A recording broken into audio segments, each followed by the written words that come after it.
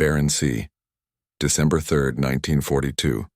The temperature was 40 degrees below zero. 50 Allied ships drifted helplessly through the dark. Their diesel engines were frozen solid. Their fuel turned into sludge. Every hour brought them closer to disaster. Death by cold or by the German U-boat silently circling below. But on one of those ships, a young American engineer remembered something his father once taught him on a frozen Minnesota farm. A simple fuel recipe made from kerosene, grain, alcohol, and stubborn hope. No one believed it would work. But that forgotten farm trick was about to save the entire convoy. The frozen convoy. The Arctic storm had no mercy. Waves rose higher than the masts, smashing into the steel hulls until the decks ran slick with ice. Every ship in Convoy PQ-19 was fighting two enemies, the Germans and the cold itself. Diesel engines that had carried them from Iceland to the Barren Sea now stood silent, their lines solid with waxed fuel. Filters burst open like frozen veins. Without power, the ships began to drift, helpless targets in the black water. On board the USS Willard, Lieutenant Harold Jensen felt the deck tremble with each impact. The temperature gauge read -40. Men's beards froze to their collars. Even the tools in the engine room cracked from the cold. The chief engineer wanted to wait for radio orders from command in Scapa Flow, but the radio antenna was iced over, and batteries were dying fast. Every minute lost meant one step closer to death. Jensen stood over a drum of thickened diesel, scooped a handful, and watched it fall like candle wax. He knew exactly what was happening. The paraffin inside the fuel had crystallized. Once that happened, no standard additive could save it. The Navy's engineers had warned of this, but their winter mix wasn't built for the Barren. It wasn't built for -40. He thought of home, of mornings on his father's farm in Duluth when tractors refused to start. His father would pull a dented can from the shed and pour a strange mixture into the tank. Diesel cut with kerosene and a splash of homemade grain alcohol. It always burned dirty, but it burned.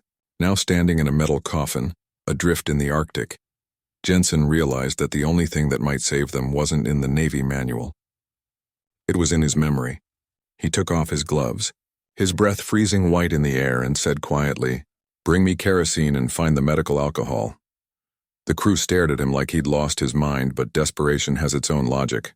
Within minutes, they were hauling cans across the deck, sloshing in the dim red light. Jensen's hands shook as he poured, guessing proportions by instinct. 90 parts diesel, 5 parts kerosene, 5 parts alcohol, a crude, risky mixture.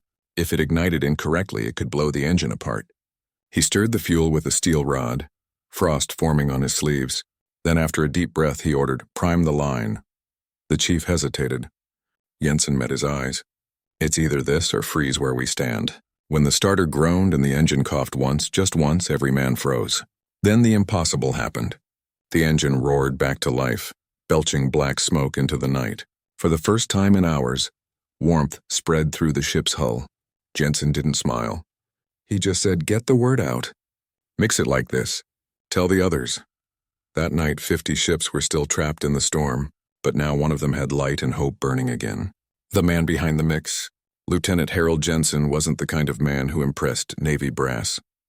He spoke with a soft, Midwestern accent, asked too many technical questions, and spent more time with broken engines than in officers' lounges. At 27, he was one of the youngest mechanical engineers assigned to the Arctic convoy runs, and most of his commanding officers saw him as book-smart, but green. But what they didn't know, what no personnel file captured, was that Jensen grew up fixing frozen tractors with his bare hands. His family farm in Duth, Minnesota, sat at the edge of the Canadian cold fronts where February mornings could drop to 50 below zero. Out there were no service manuals, no mechanics to call, no spare parts. There was only experience with what worked and what didn't. His father, a quiet man named Ole Jensen, had survived the Dust Bowl, the Great Depression, and 3 brutal winters that nearly ended the farm. The one thing he always trusted was his fuel mix. He called it wake-up juice for frozen iron. Diesel alone was useless when the mercury sank. But blend in kerosene to lower the flash point, then add a touch of ethanol to keep the lines dry and flexible, and suddenly that old case tractor would cough, sputter, and run. Young Harold didn't think much of it at the time. It was just farm life. But years later, when he studied mechanical engineering at the University of Minnesota, he started to realize something strange. None of his professors talked about field-modified fuel. No textbooks mentioned practical winter combustion fixes. And when he brought it up during his Navy training, a senior officer laughed and said, "We have chemists for that, son." Still, Jensen never forgot. He carried that memory like a toolbox no one could see. And when the Willard's engines froze outside Mormon's, that old trick wasn't folklore anymore. It was the only option left. After the success of the first test, Jensen didn't wait for authorization. He moved from ship to ship in a small launch, distributing the proportions and helping chief engineers modify their tanks. Some refused, others shrugged and tried. Within hours, 4 more ships restarted their engines. The cold didn't go away.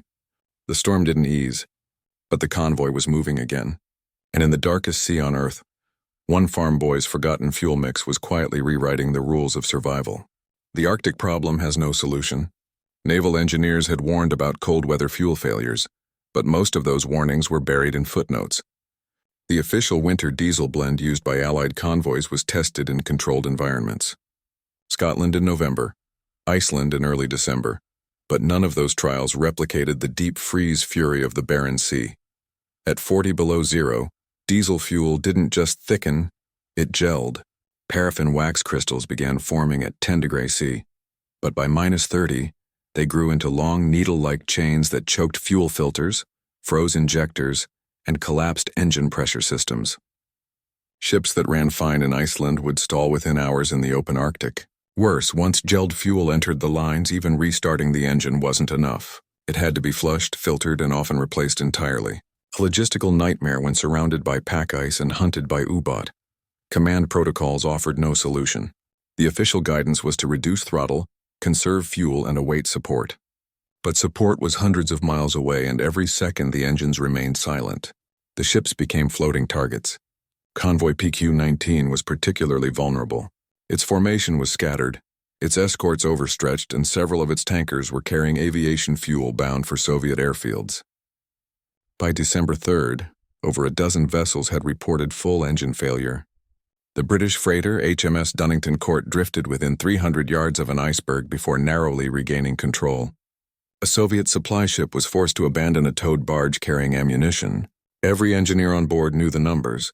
Standard naval diesel had a cold filter plugging point CFPP of 8 degrees C.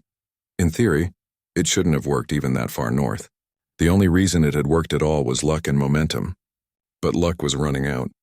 In Willard's engine room, Jensen reviewed line pressure data and filter integrity charts scrolled in pencil on frost-damaged paper. Every reading told the same story. Even operational engines were seconds from failing. The Navy's chemical solutions hadn't arrived. The laboratory additives were months away from production. The Arctic was killing machines faster than science could respond. That's why his father's mix wasn't just clever, it was urgent. Kerosene reduced the viscosity of diesel, lowering its pour point to nearly -40. Alcohol acted as a solvent, disrupting wax crystal formation. The exact ratios weren't precise, but they didn't need to be. They only had to work long enough to turn the crankshaft, build pressure, and catch combustion. By combining the theory of combustion with the gut instinct of a man who defrosted machinery before breakfast since he was 12, Jensen solved what labs couldn't: how to keep engines alive in a world cold enough to shatter steel. No textbook recommended what he did. No officer permitted him. But as one ship after another returned to life, the convoy began to whisper about the man in the torn gloves, handing out a recipe no one had written down, just remembered. News of the Willard's engine coming back online spread through the convoy like heat through frozen steel. Radio silence was still in effect, but signal lamps flashed across the ice-laced winds. Short-clipped messages between ships: fuel restored, running, custom mix, details, standby. Jensen knew the clock was ticking. More ships were reporting a complete shutdown. A British corvette, HMS Vetch, had lost power and drifted 20 degrees off course toward known patrol routes. Even destroyer escorts with reinforced lines and newer engines were beginning to stutter. The fleet couldn't hold position much longer. Borrowing a launch normally reserved for officer transfers, Jensen and 2 enlisted men loaded 6 metal drums of his improvised fuel blend. With engine smoke barely clearing above the fog, they navigated between hulking hulls and sheets of brash ice, stopping at ships whose engines had gone silent. The cold was so severe that the drum lids had to be pried open with crowbars. Fuel hoses snapped like twigs. Jensen gave every engineer the same instructions. Don't preheat the lines. Prime directly. Keep the ratios close. 90% diesel, 5% kerosene, 5% medical alcohol. Stir pray, some laughed. Some argued. One shouted, "This is madness." But most were too cold, too scared, too desperate not to try. On HMS Hartnell, the chief mechanic was skeptical until he saw the sludge in his tanks turning liquid after being mixed with the Jensen blend. They fired up the starter. The engine groaned, sputtered, then roared. Crew members shouted from the deck, steam pouring from vents. Within 20 minutes, 3 more ships had power. Meanwhile, on the Willard, Jensen began refining the blend. He noticed the Russian fuel burned hotter, so he adjusted the ratios slightly. 20% diesel, 3% kerosene, 5% ethanol. That small change lowered the flash point without increasing volatility, making it safer for older engines with worn seals. By dawn, 12 ships had restored partial power using his field mix. The convoy had closed ranks again. The escorts could maneuver. The drifting freighters had regained steering. In the command ship's logbook, a lieutenant penciled unofficial engineer fuel mod restoring fleet operability. Recommend documentation. But Jensen wasn't documenting. He was working. He hadn't slept in 30 hours. His fingers were cracked and bleeding. His boots were soaked through. Yet with each success he moved faster, pulling hoses, stirring barrels, wiping frost from gauges. None of it was standard. All of it was survival, and by the end of that day, what began as a half-remembered farm trick had become the most effective cold-weather fuel solution in the Allied fleet, and still no one at Naval Command knew his name. Proof in the storm, the test that changed everything. By the evening of December 3rd, the Barren Sea remained a frozen battlefield, but now its silence was broken by the steady rhythm of engines firing back to life. Jensen's improvised fuel blend, mixed in buckets, stirred with steel rods and poured by hand, had resurrected nearly a quarter of the convoy. But he knew it wasn't enough. The mix worked, yes, but unless it could be proven in a way command couldn't ignore, it would vanish like steam into Arctic wind. So he chose the worst-case scenario. HMS Wexford, a freighter hauling spare aircraft engines, had suffered a full system freeze. Its main and auxiliary engines had failed. Every fuel line was packed with gelled diesel. The chief engineer had already prepared to abandon ship if towing failed. Jensen saw the chance to prove his method beyond question. He climbed aboard with 2 drums of the Jensen blend and a field kit of tools. Inside the engine room, he ordered a full drain of the primary fuel system. Dangerous, slow, and unauthorized. Fuel had the consistency of wet cement. They cleared the lines with heated rods, then hand-fed the blend into a bypass intake he rigged on the spot. The crew watched, silent and skeptical. One British officer muttered, "Bloody suicide." Jensen adjusted the mix. 88% diesel, 7% kerosene, 5% ethanol. He'd learned that Wexford's older crankshafts needed more lubrication. When the engine starter engaged, it didn't sound hopeful. It wheezed, clicked, then nothing. Jensen looked at the readings again, reprimed the line, and tried once more. This time it caught. The engine kicked hard, then roared awake, belching a plume of exhaust so thick it blacked out half the deck. The engineer's mouth dropped. He turned and said simply, "I'll be damned." HMS Wexford moved under her own power for the first time in 16 hours. That moment was the turning point. The doubters went quiet. Word spread quickly. Jensen's blend wasn't a trick. It was a tactical solution. By 2200 hours, 15 ships had adopted the formula. Chief engineers began copying it into their logbooks in pencil. Jensen's winter burn 95.5 or 88.75 as needed. Stir well, filter once. Heat optional. It wasn't official. It wasn't Navy issued. But it worked. A transmission quietly sent from the Convoy's flagship to Rear Command in Scapa Flow read, "Convoy regaining function via unauthorized engineer blend. Request formal review." No one replied, but someone was paying attention because 2 days later, a sealed dispatch reached the naval base at Reykjavik. Send a sample of the improvised Arctic fuel method to Allied Engineering Command. Priority high. Jensen didn't know it yet, but his field experiment had just become a matter of strategic review. What began as a memory from a frozen farm in Minnesota was now being tested as a possible standard for cold weather operations across the North Atlantic Fleet. From recipe to revolution, the fight to make it official, When the convoy limped into Mormons on December 6th, it was behind schedule and missing 2 ships, but it was alive. The final damage report cited mechanical failure, frostbite casualties, and engine loss. But buried within those lines was something no after-action report had ever included before. Fielding-engineered fuel blend restored function to 17 vessels. Source: Lieutenant H. Jensen, USS Willard. At first, it drew little attention. Mormons was chaos, bomb damage, supply reroutes, and endless paperwork. But one logistics officer, a British Royal Navy liaison named Commander Thomas Everley, had once served as a fuel chemist in civilian life. The phrase engineered blend caught his eye. He tracked down Jensen on the docks, still covered in engine soot, and sleeping on a cot near the fuel drums. Everley asked for the ratios. Jensen handed him a stained notebook page. No seal, no patent, just numbers written in pencil and adjusted 3 times. Everley nodded and said, "This isn't just a fix. It's a system." Within 48 hours, Everley filed a formal recommendation with the Joint Arctic Fuel Committee. Immediate field trials suggested for Jensen's Arctic fuel composition. Observed performance exceeds standard cold weather blends under operational duress. That's when the real fight began. Back in Britain, Allied Engineering Command pushed back hard. Their chemists dismissed the blend as crude, imprecise, and inconsistent. A memo from Aberdeen's Fuel Stability Lab read, "We do not accept field-based anecdotes as evidence of reliability." Meanwhile, Standard Oil, already contracted for winterized diesel production, warned against the use of unregulated ethanol blends, citing volatility. But something changed when the Royal Navy's own convoy reports began referencing Jensen's ratios as standard practice in emergency startup protocols. One by one, engineers in the field started adjusting fuel. Nobody waited for orders. They just copied what worked. By late January 1943, Rear Admiral John Cunningham personally ordered a round of formal tests at the Clyde Naval Engineering Range.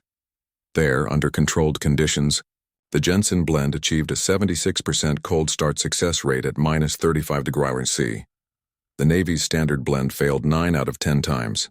The verdict was no longer academic. The fleet needed this. In February, General Electric's production division received a quiet directive to begin limited manufacturing of modified Arctic diesel Type B, the first official version of Jensen's field formula. The barrels carried no mention of his name. The label read simply "for Arctic conditions only." Blend approved, January 1943.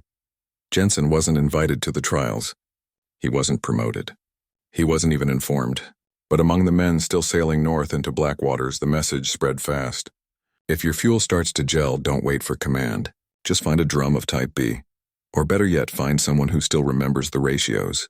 Because in the Arctic, survival didn't care about approvals. It cared about what burned. And Jensen's mix burned when nothing else would. Fire in the ice. When the blend faced combat, the ultimate test didn't happen in a lab. It came on the water in February 1943 during Convoy JW53.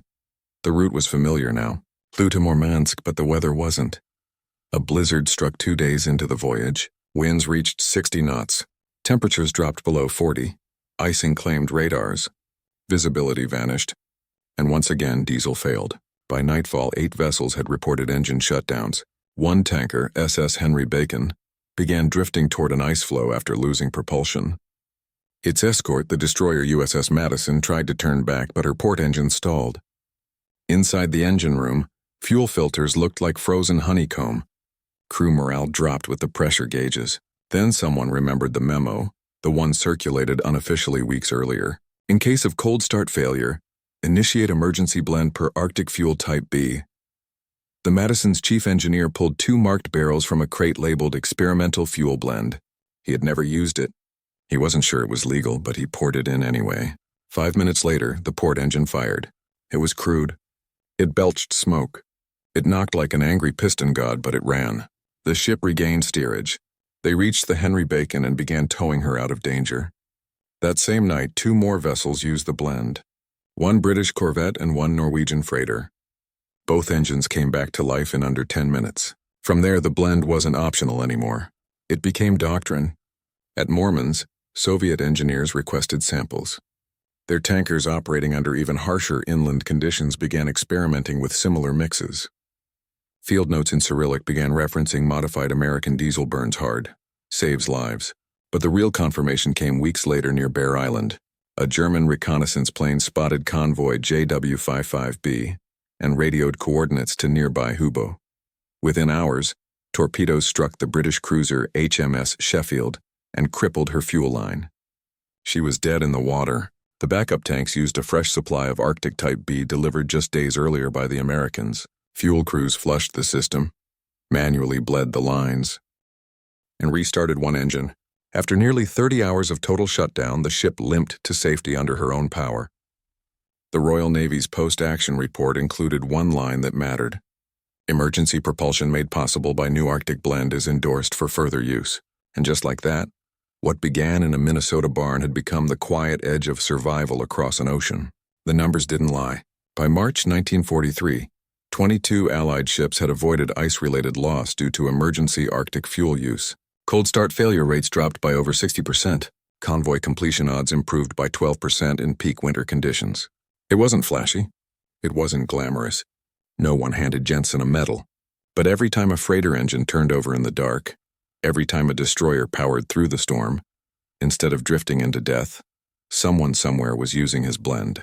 He had turned memory into combustion, farm know-how into naval doctrine, and fire into hope.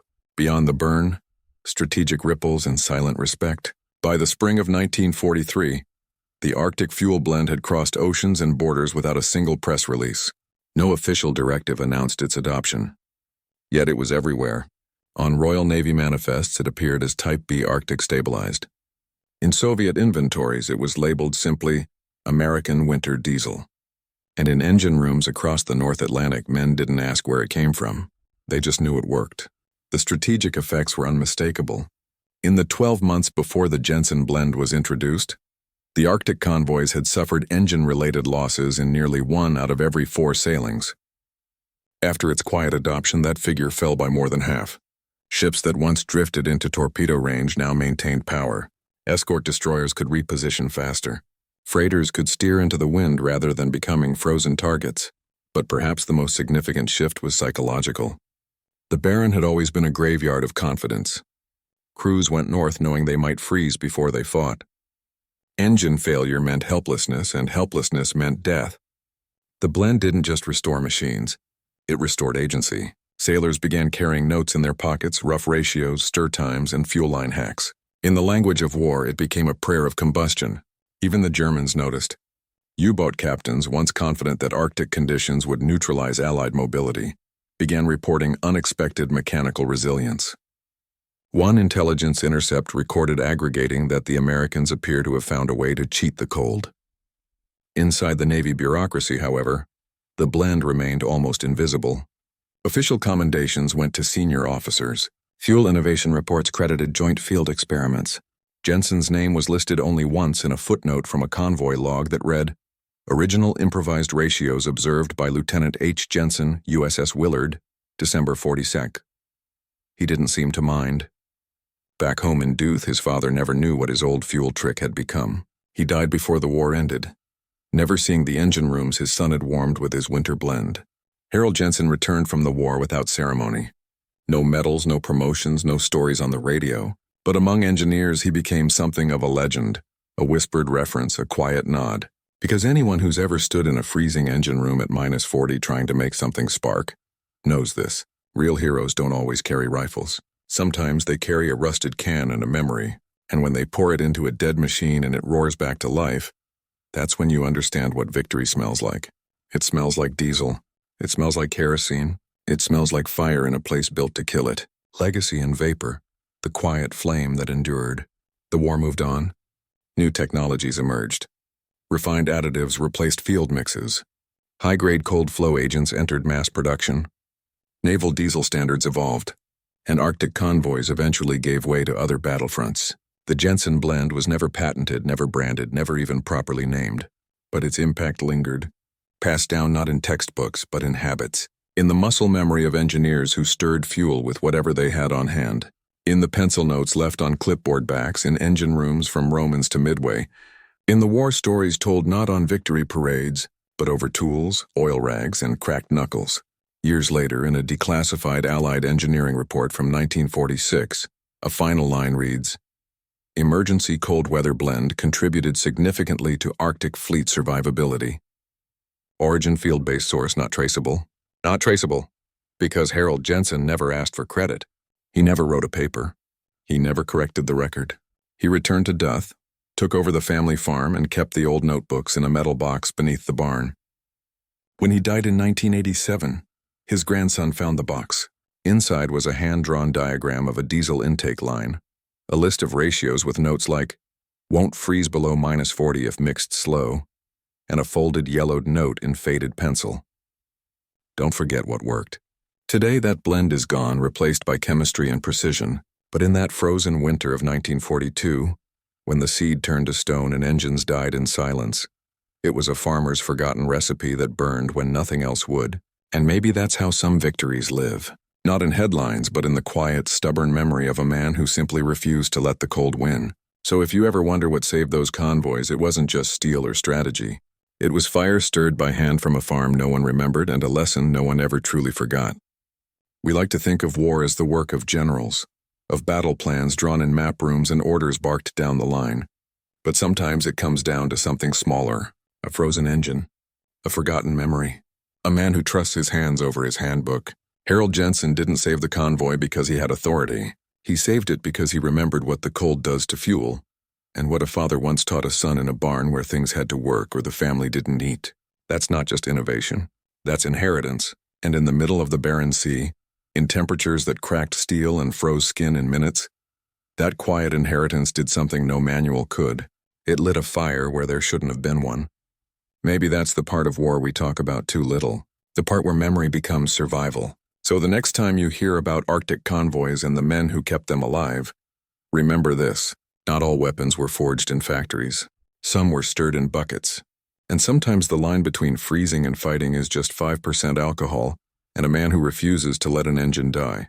Would you have trusted your father's trick over Navy protocol? Let me know below. And if this story moved you, consider sharing it, because not all heroes are remembered, but some still deserve to be known.